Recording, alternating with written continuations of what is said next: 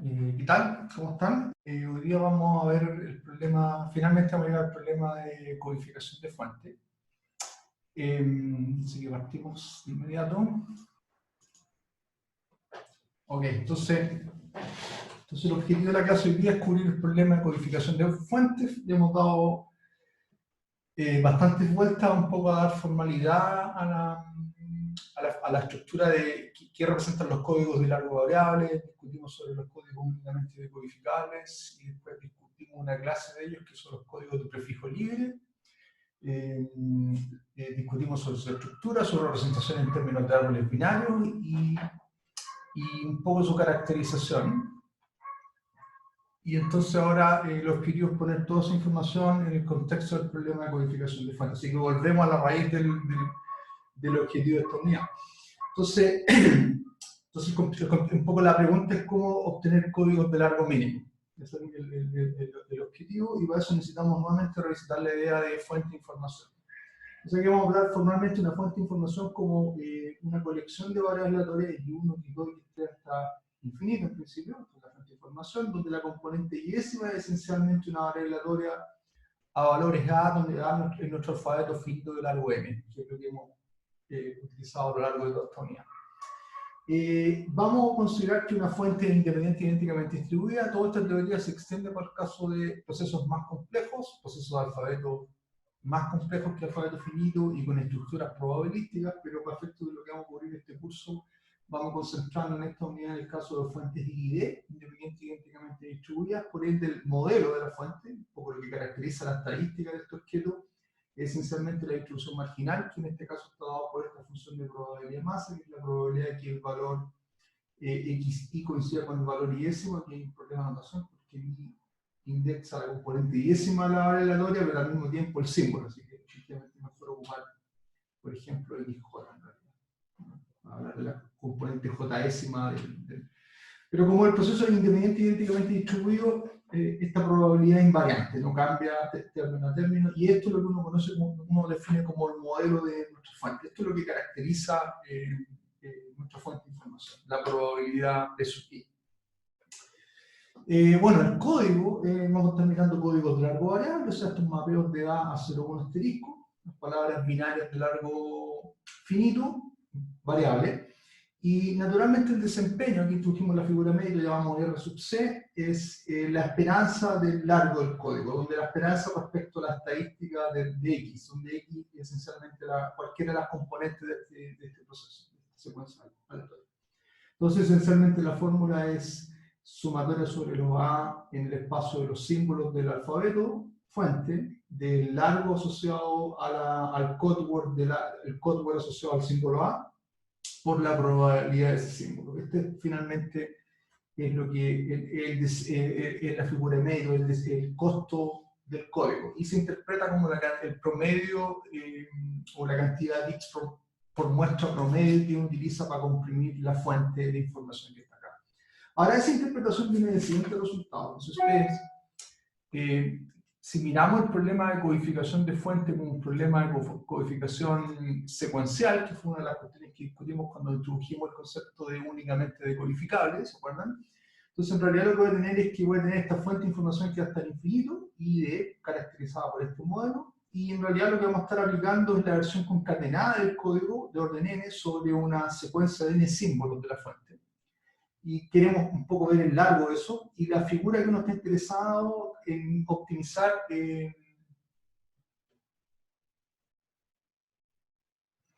típicamente esta, que es la cantidad de bits por muestra que utilizo en la codificación. Si se fijan, esta es la cantidad de bits totales de codificar n símbolos consecutivos de la fuente, y si divido por n, esto tiene una interpretación de la cantidad de bits por muestra de la codificación. Ahora, como la fuente es ID, y estamos utilizando códigos concatenados, el largo del código es esencialmente la suma, entonces aquí hay una propiedad de aditividad que es una buena noticia, porque si estoy interesado en la cantidad de bits promedio, entonces normalizo por n, esencialmente lo que estoy calculando es un promedio empírico de una variable que voy a definir como i sub i, que es L de C de x sub i.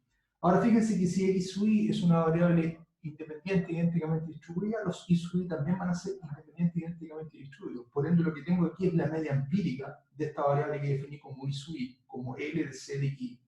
Recuerden que una función de una variable aleatoria es una variable aleatoria, así que I sub I es una variable aleatoria.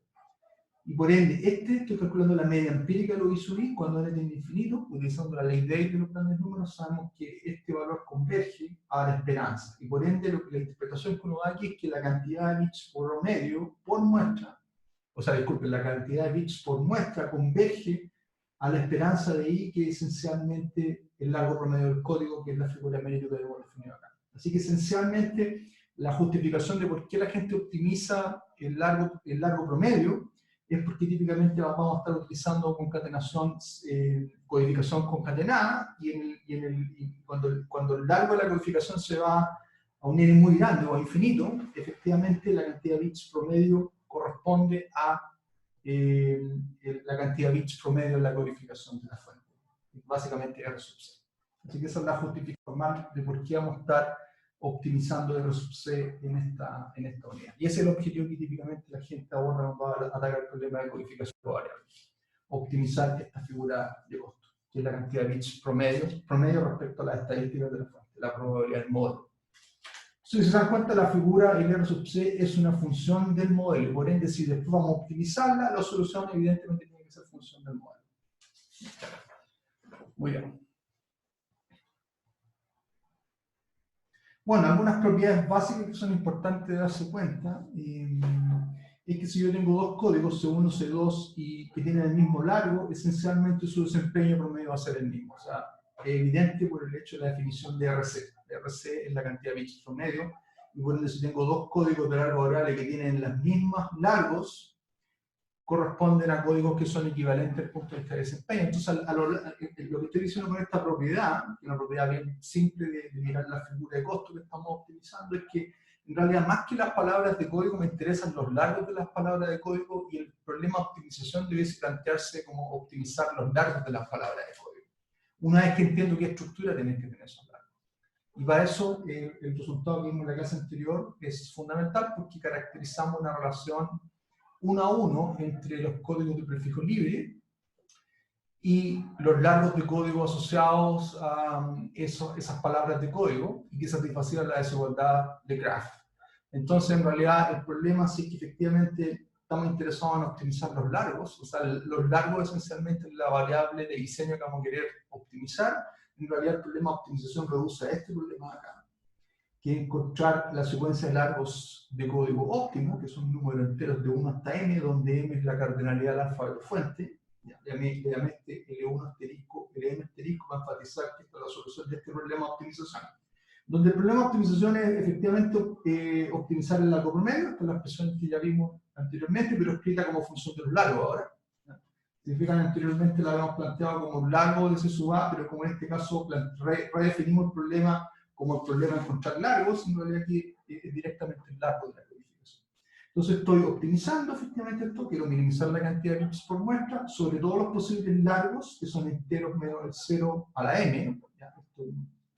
Estoy en el espacio producto, tal que cumplen la desigualdad de Graph. Y esto es importante porque de alguna manera estoy utilizando el resultado que vimos en la clase anterior, donde dijimos que los códigos de prefijo libre están un poco únicamente caracterizados por, o son caracterizados por esta desigualdad.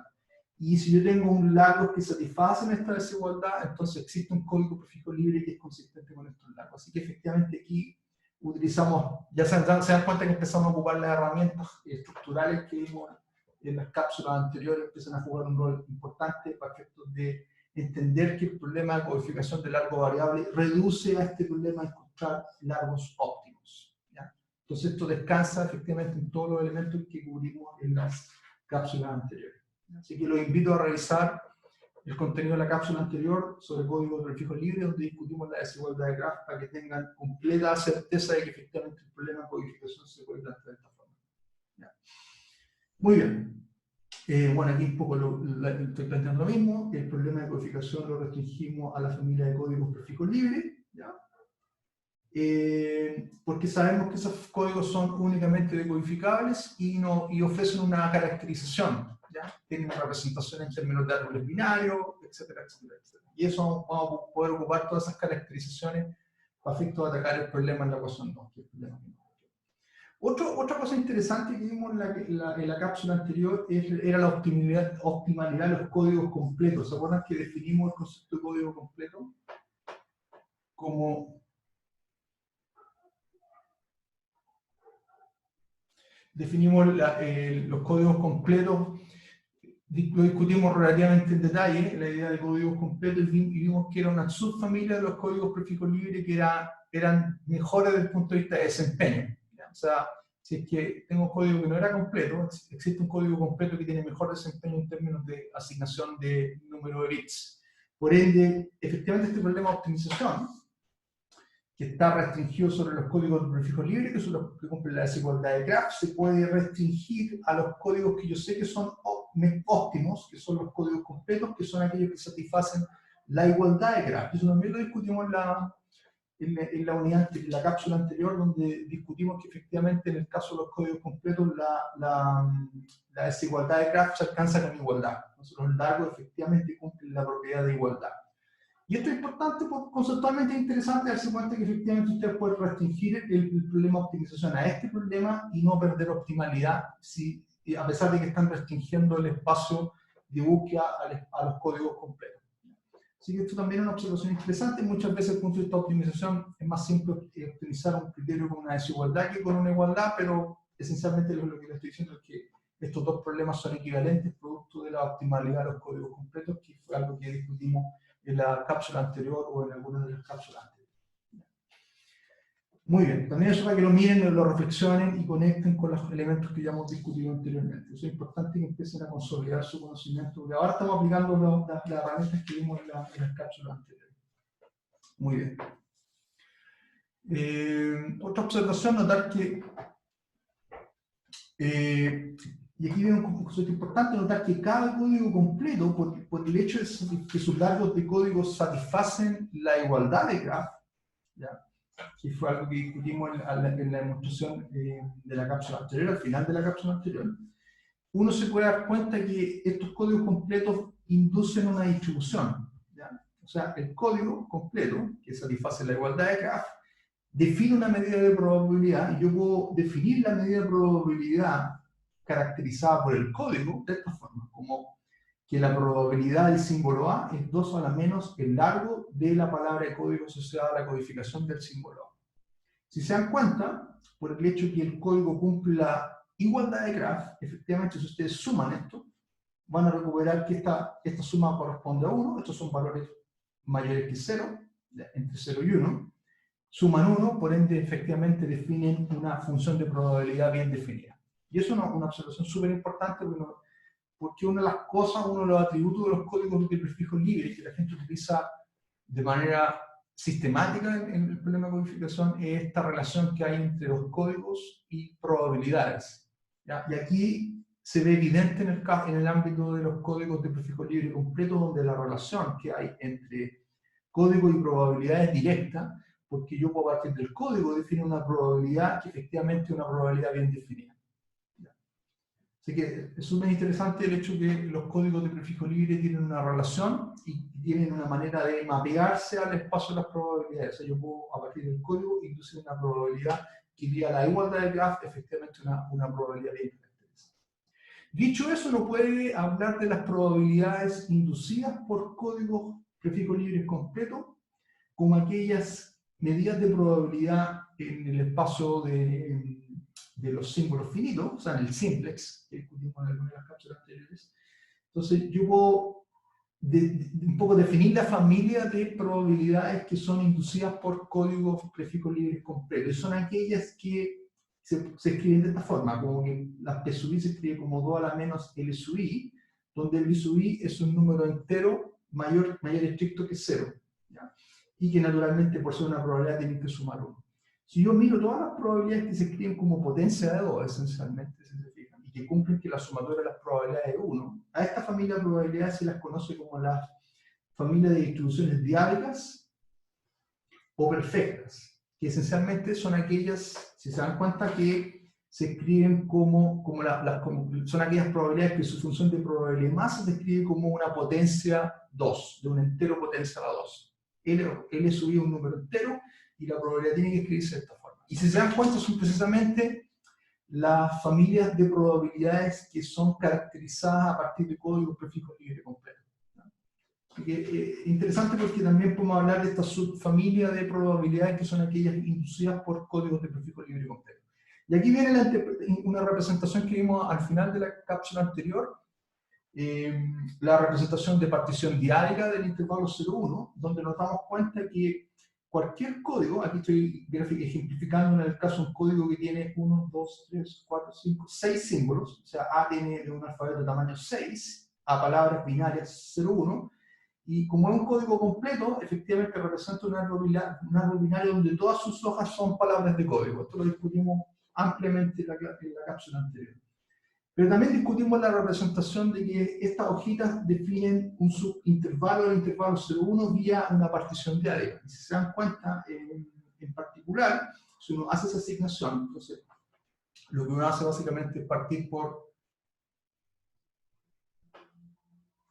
Lo que uno hace es, uno partir con el símbolo 0,1, entonces divido el intervalo por la mitad, después divido el intervalo nuevamente y así voy diálicamente hasta llegar a las hojitas del árbol, donde se acuerdan que los intervalos asociados en este caso para esta hoja A era 0,1/8, para esta otra hoja es 1/8, 1/4, para esta hoja es 1/4, 3/8, para la otra es 3/8, 1/2, para las hojas de profundidad, en este caso 2, son 1/2, 3/4, 3/4, 1/2. ¿Ya? Entonces tenemos eso.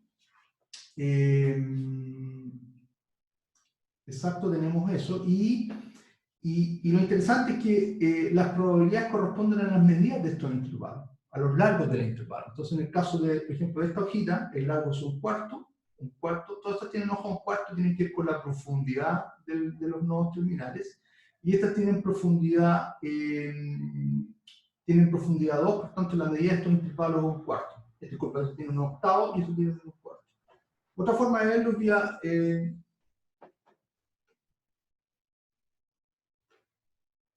disculpe.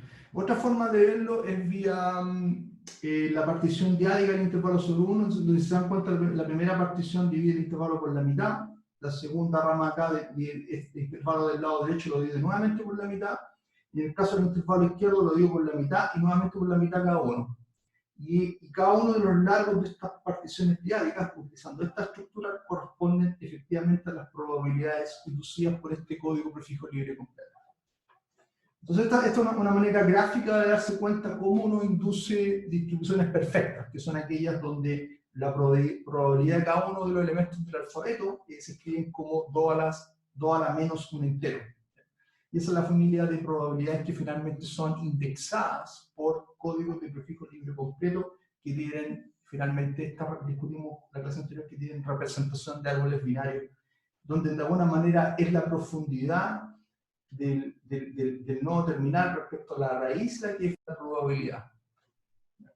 Entonces, todas esas conexiones son importantes que las tengamos porque me dan interpretaciones gráficas de las probabilidades y la relación que hay entre códigos y probabilidades, que es súper útil en esta etapa donde estamos hablando del problema de codificación óptima. Vamos a ocupar todas esas propiedades y las relaciones que hay entre código y probabilidad inducida en el espacio de las distribuciones que llamamos diádicas o perfectas.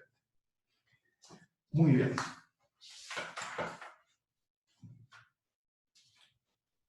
Entonces vamos al primer resultado importante de esta unidad, y esto es un resultado fundamental, porque vamos a ver que nos da un límite fundamental para el problema de compresión de fuente.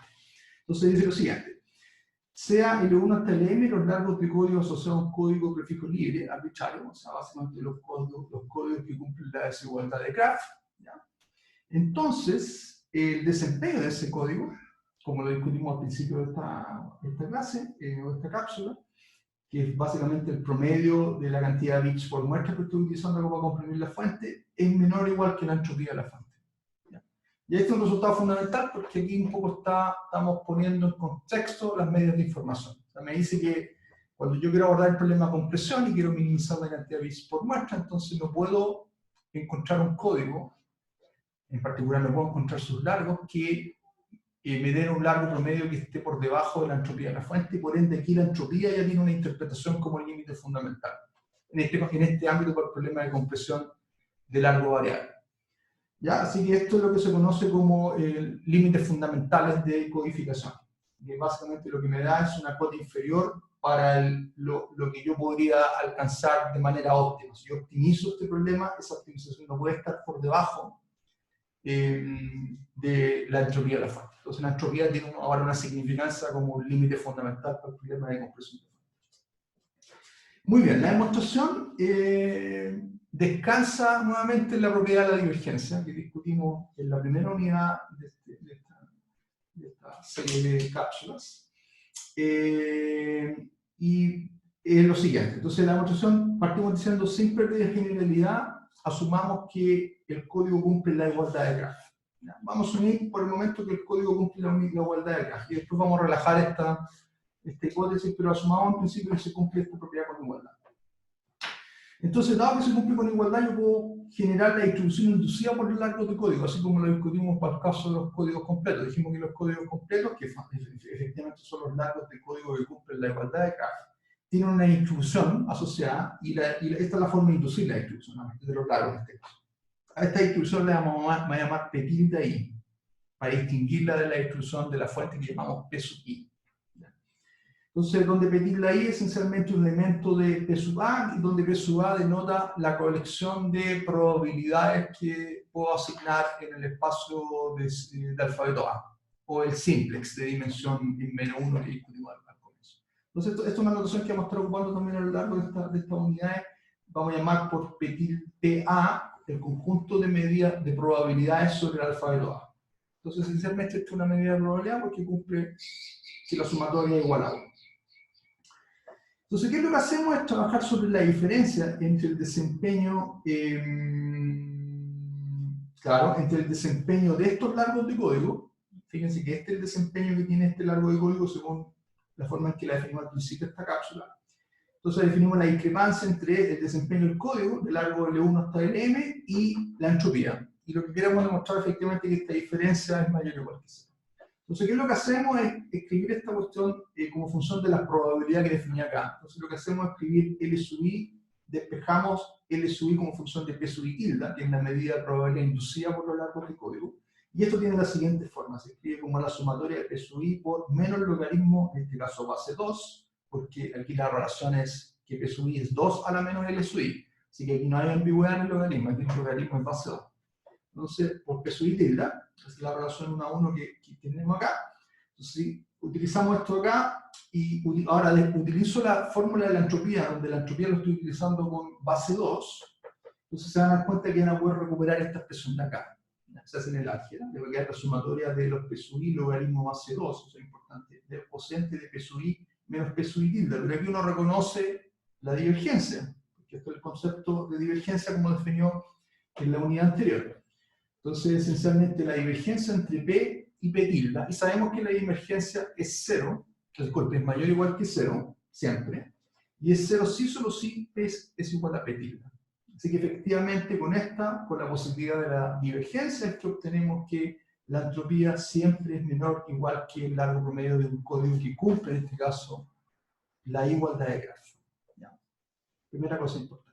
Ahora, ¿cómo de esta demostración extendemos el caso general? Bueno, la demostración más general se obtiene de la optimalidad de los códigos prefijos libre y completos, porque se acuerdan que vimos en las cápsulas anteriores que si tengo un código que no es completo, entonces existe un código completo que tiene mejor desempeño, en términos de que sus largos de palabras de código son menores o iguales que las largas de palabras de código de este, y por ende la esperanza va a ser mayor o igual de esta que de un código completo.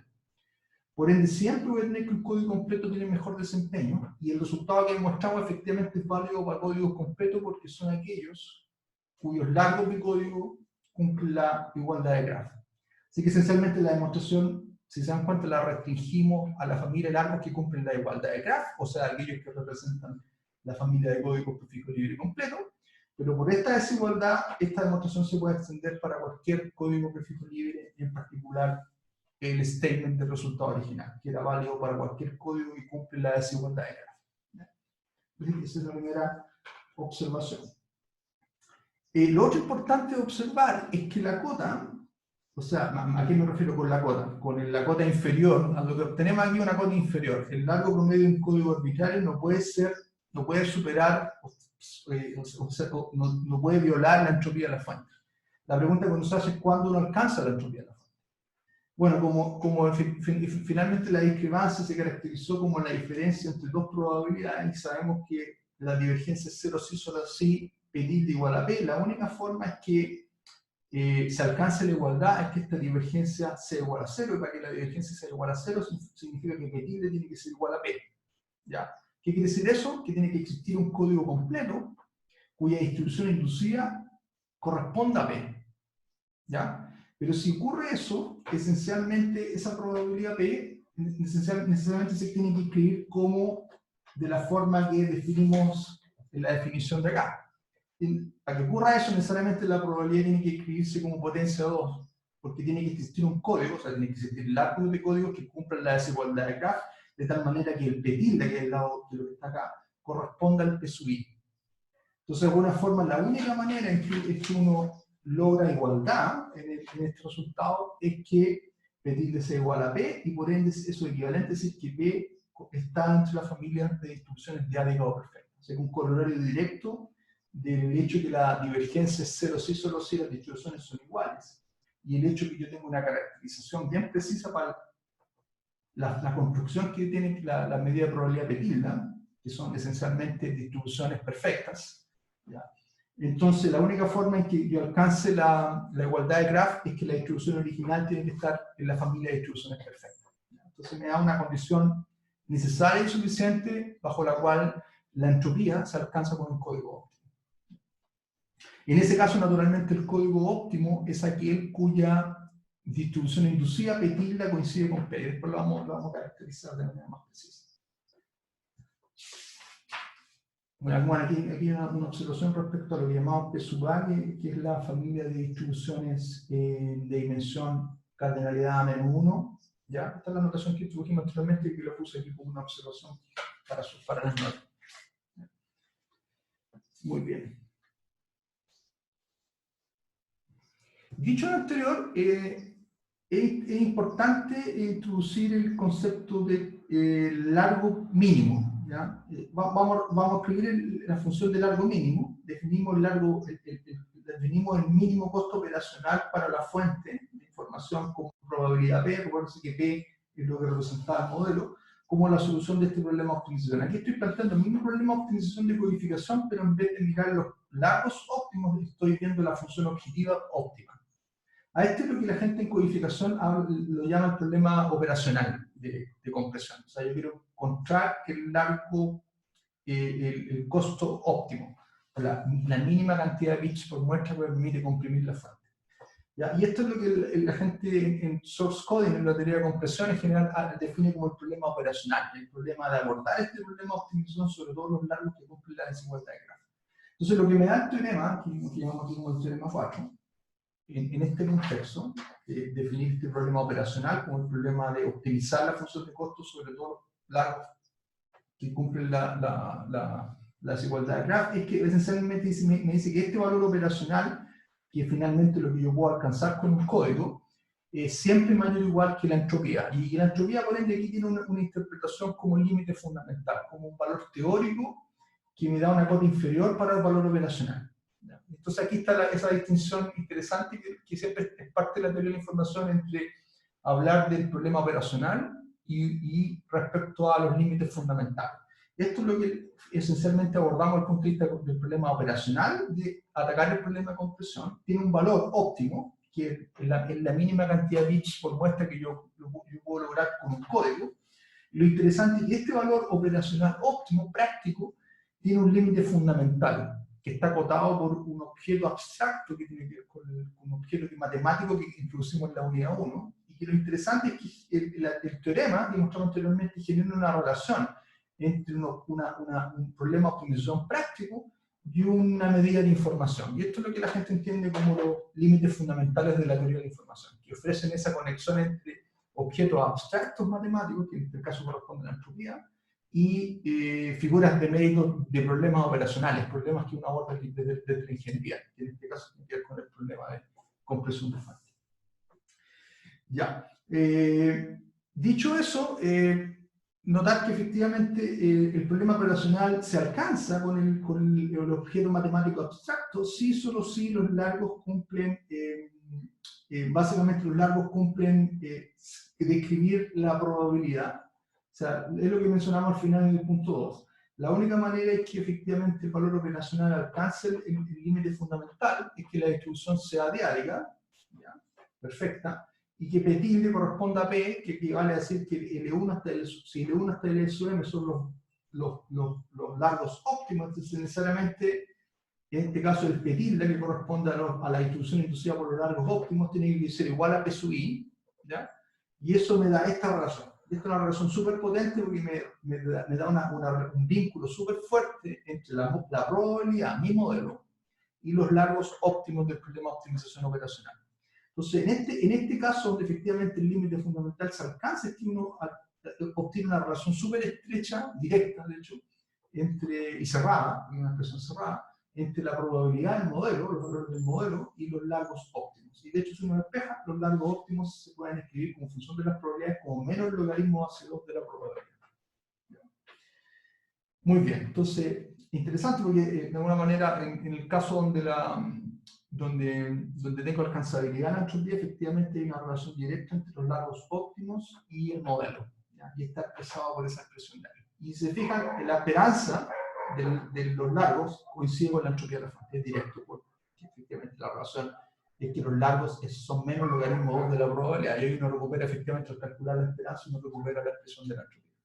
Así que en ese caso será súper directa la relación, pero para eso efectivamente la probabilidad de subir tiene que ser diádica, tiene que escribirse como potencia 2. Con su efecto no alcanzamos, el límite fundamental no se alcanza, el valor operacional va a ser mayor y estricto que la entropía, y por ende no tengo este vínculo estrecho tan limpio de alguna manera entre la probabilidad y los largos óptimos.